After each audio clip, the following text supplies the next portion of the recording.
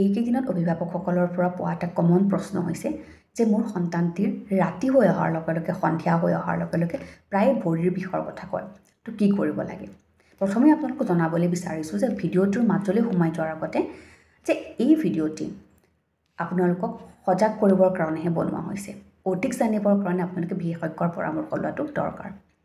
প্ৰথম কথাটো হৈছে এই যে সন্ধিয়া হৈ অহাৰ লগে লগে বা ৰাতি হৈ অহাৰ লগে লগে ল'ৰা ছোৱালীবোৰে প্ৰায় ভৰিৰ বিষ হোৱা বুলি কয়, এইটো এটা কমন গ্ৰ'য়িং পেইন, যিটো বিশেষজ্ঞসকলে কোৱা মতে এটা নৰ্মেল ডেভেলপমেণ্টৰে পাৰ্ট হয়, যিটো বিষত কোনো অংশ ফুলি নুঠে বা কোনো অংশ ৰঙা নপৰে।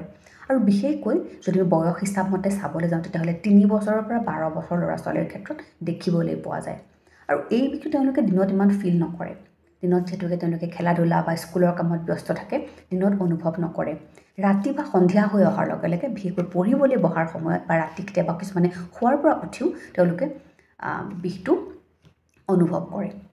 তো যদিও বিশেষজ্ঞসকলে কৈছে যে নৰ্মেল ডেভেলপমেণ্টৰে পাৰ্ট হয়, তথাপিও কিছুমান শিশুৰ ক্ষেত্ৰত যেতিয়া তেওঁলোকৰ খাদ্য তালিকাখন সঠিক নহয়, অৰ্থাৎ বিভিন্ন ধৰণৰ ভিটামিন বা মিনাৰেলছৰ ডেফিচিয়েঞ্চি হয়, তেতিয়াও এই সমস্যাটো বেছিকৈ হোৱা দেখিবলৈ পোৱা যায়।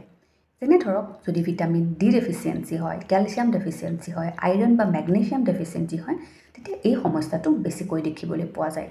সেয়ে ল'ৰা ছোৱালীৰ খাদ্য তালিকাখন সঠিক হোৱাটো খুব দৰকাৰ। অৰ্থাৎ তেওঁলোকৰ খাদ্য তালিকাত স্বাস্থ্যসন্মত খাদ্য এড কৰাটো খুব দৰকাৰ। এনেকুৱা নহয় যে তেওঁলোকে গাখীৰ দি ভাল পায় কাৰণেই বা অকল মাংস খাই ভাল পায় কাৰণে আপোনালোকে গাখীৰ আৰু মাংসই দি আছে, তেনে নহয়। সদায় বতৰৰ ফল মূলেই হওক, বতৰৰ শাক পাচলিয়েই হওক, বিভিন্ন ধৰণৰ খাদ্য বস্তু, ভেৰাইটি ৰং বিৰঙী খাদ্য বস্তু তেওঁলোকৰ খাদ্য তালিকাত এড কৰিব পাৰিলে ভাল হয়।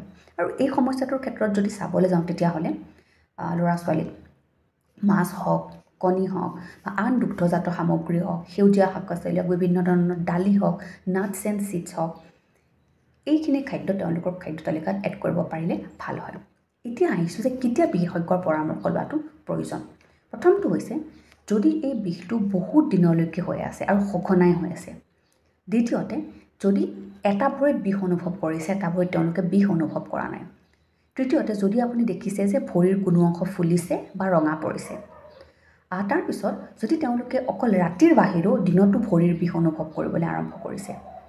তাৰোপৰি ভৰিৰ বিষৰ লগে লগে যদি জ্বৰ হৈছে বা ওজনটো কমি আহিছে বা তেওঁলোকে দিনতো ভালকৈ খোজকাঢ়িব পৰা, দিনতো বহুত বেছি ভৰি বিষাইছে বুলি কৈছে, তেতিয়া কিন্তু আপুনি বিশেষজ্ঞৰ পৰামৰ্শ ল'বলগীয়া।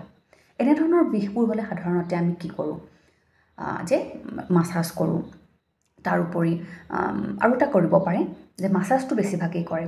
তাৰ ওপৰত আপোনালোকে আৰু এটা কৰিব পাৰে যে গৰম পানীত এখন কাপোৰ জুবুৰিয়াই পেলাই অকণমান গৰম অনুভৱটো হ'ব পৰাকৈ তেওঁলোকৰ ভৰিত অকণমান মাছাজ কৰি দিব পাৰে।